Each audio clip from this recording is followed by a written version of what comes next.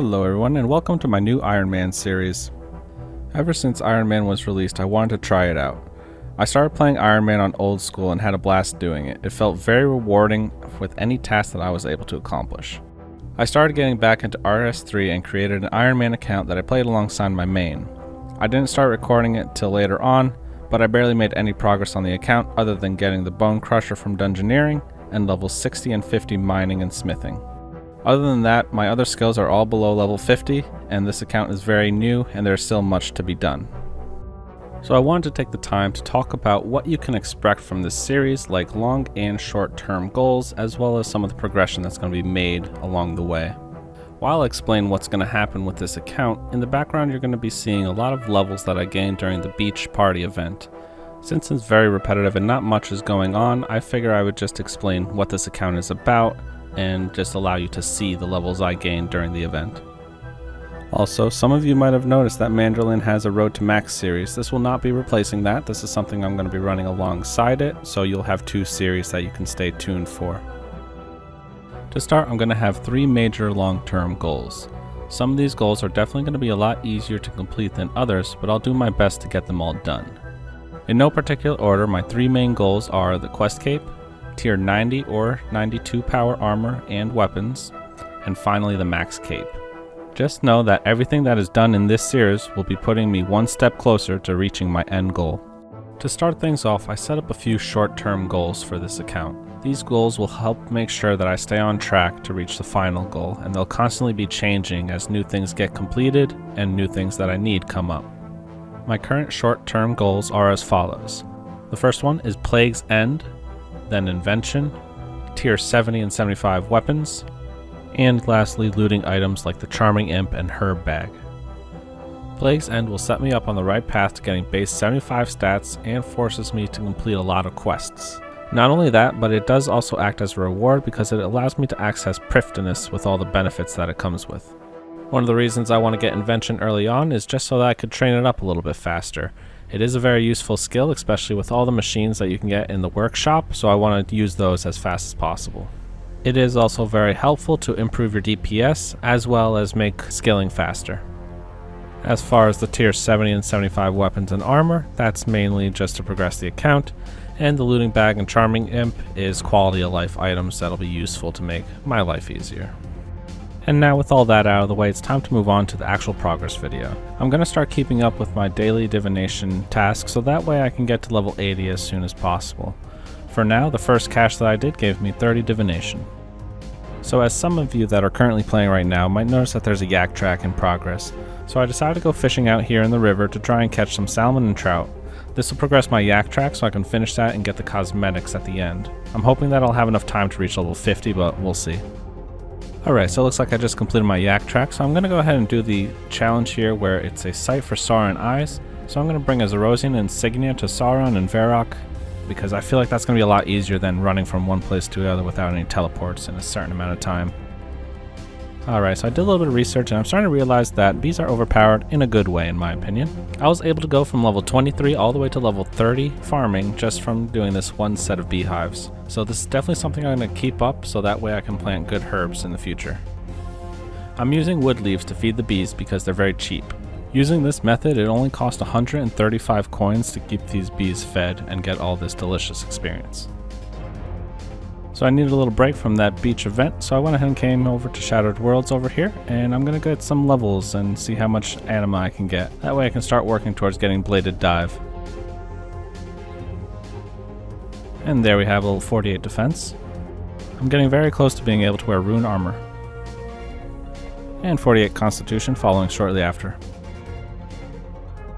Here we have 46 magic coming in, just a few more levels and then I can do high level alchemy, which is something I'm working towards as well. And here we have 49 defense, just one more level till I can wear rune. Alright, so I just completed Shattered World, so I'm going to go ahead and collect this chest and see how much we get. Alright, awesome, that's a decent amount. About 500,000 anima from that. At a low level, that's not too bad.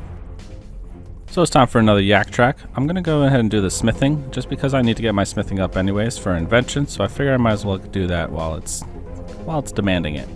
Since I'm almost level 50 defense and I'm making rune gear, I'm going to go ahead and make all the rune armor and weapons that I need, and then I'm going to make rune scimitars so I could dismantle them later.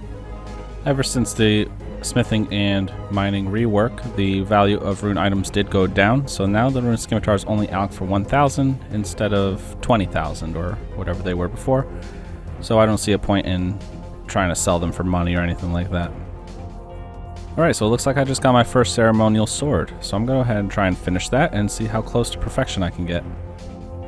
Alright, so I finished the sword. Unfortunately, I tried to hit a 4 and ended up hitting a 5, which is very low chance of doing, so that's very unlucky. So I'm going to go ahead and turn this in and we'll see how much percentage I am. Alright, so it looks like I got it to 98%, so that's pretty awesome for my smithing level, and considering it was my first try as well. Alright, and it looks like we have 53 smithing coming in. I need to try and get it up to my mining level, so I need my smithing to be at least level 60, so that way I can start upgrading my ore box as well as the pickaxe. And I'm almost done with the yak track here, just 2 more bars to smith, and then after that I'll have all these rune weapons that I could dismantle later, plus a lot more that I need to make to get my smithing up. I'm very happy that I understand how invention works so that I know to prepare now, so that way I have an easier time in the future when it comes down to training the skill and getting the perks that I want.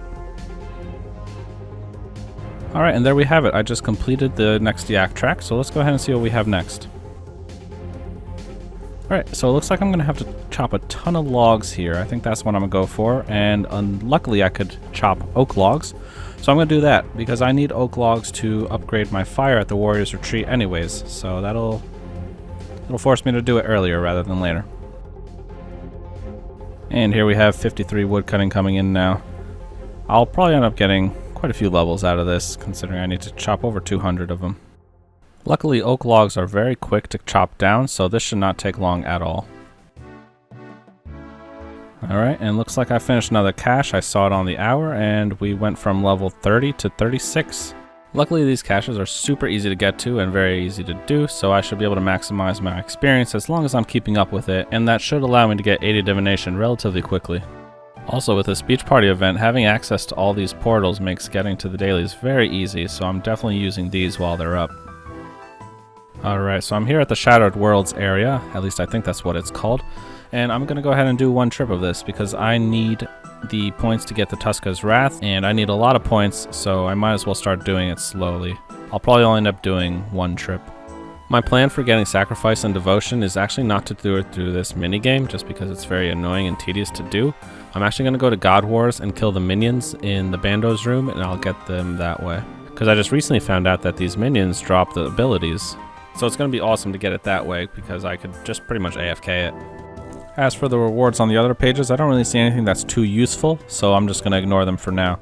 But if you know any of those rewards that might be useful to me, let me know, and we'll see if it's worth getting. Thankfully, this minigame does give us a good amount of experience, so I just got a construction level, and I'm level 23 now. And here we go, another divination level coming in, so that's level 37. And right as I teleported, I actually did just get an agility level as well, so that's pretty awesome, 31 agility coming in. So I ended up missing the finale there, but I did get 2 fire making levels while I was in there, and I did also get a maximum of the 1,000 points, so I'm just going to need to do this minigame 3 more times, and I'll be able to get that Tuska's Wrath. But that's going to be for another day. I can only handle so much of this minigame. Alright, so I'm just finishing up this yak track. I completely forgot that I was doing it because the Guthix cache distracted me, so that's why I did the Shattered Worlds thing. But just a few more logs here and then we're done. And there we go. So it looks like my next task is actually going to be the rune crafting one, because I just feel that's going to be more useful than the other task. By choosing the rune crafting one, I can make some nature runes and law runes for myself instead of going out and buying them. Alright, so now we're starting at level 30 farming. Let's see how far we can get from these beehives. Something that I got to start researching is how to get some seeds. So obviously I get the seeds from Slayer, but I need to figure out what kind of monsters I can kill if I just want to farm seeds, because currently I don't really have anything to plant other than those typical allotment crops that I can buy from the store, and I don't really see a point in doing those unless it's like watermelon, so that way I can create fertilizer. So I just need to do a little research, see where I can get some herb seeds.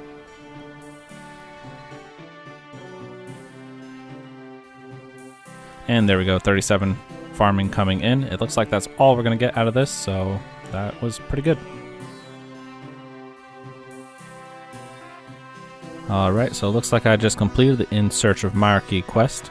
Now I do have a plan on why I completed this, and there's a few more quests I need to complete after this one. I'm not going to tell you just yet, I'll keep it a surprise for the next video, but if you have any guesses on why I might be doing this, then, let me know what you think. I will give you a hint, it has something to do with the yak track.